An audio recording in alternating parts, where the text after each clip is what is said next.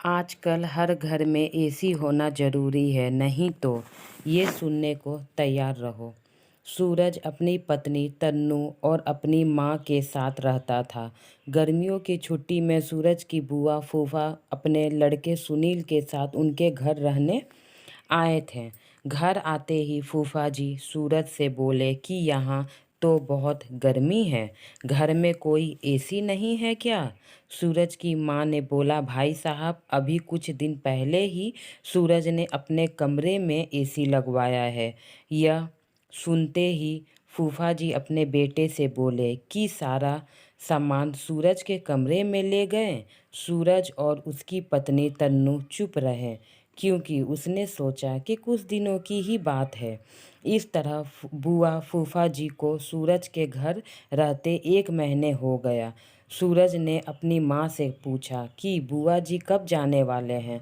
हम कब तक ऐसे हॉल में ही सोकर अपना गुजारा करेंगे?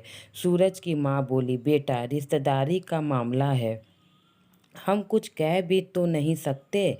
राहुल की पत्नी तन्नू बोली, वह सब तो ठीक है, लेकिन इनका छोटा लड़का सुनील, स- सारा कल तो उसने हमारा कपड़ा बुरी तरह फाड़ दिया। सूरज इस बात से बहुत गुस्सा हुआ कि नया कपड़ा फाड़ दिया। वह अपनी पत्नी से बोला, तुम सुनील को ऐसा करने से रोकती क्यों नहीं? तन्नू बोली, जब से बुआ फूफा जी आए हैं कुछ कुछ खाने का डिमांड करते हैं, जिससे मेरा और माँ जी का सारा दिन तो रसोई में ही बीत जाता है। उसके बाद सुनील का जो बदमाशी सर के ऊपर से जाने लगा है। सूरज ने कहा कि मैं अभी जाकर फूफा जी से पूछता हूँ कि वो आखिर कब जाएंगे। सूरज ने बातों बातों में फूफा जी से कहा, 1 महीने हो गया, आपकी जॉब की छुट्टी तो ख़त्म हो गई होगी। फूफा जी बोले, सुनील मैंने जॉब तो कब की छोड़ दी है, अब तो मैं बिजनेस करता हूँ और अब मैं इस शहर में ही कुछ बिजनेस खोलने का सोच रहा हूँ। पहले इस शहर को अच्छे से समझ लूँ, जिसमें 2-3 महीने तो लग ही जाएंगे। यह सुन सूरज समझ गया कि फूफा जी अभी जाने वाले नहीं हैं। उसने यह बात अपनी पत्नी और माँ को बताई। तन्नू बोली, जब घी सीधी हाथ से नहीं निकलता तो उंगली टेढ़ी करनी पड़ती है।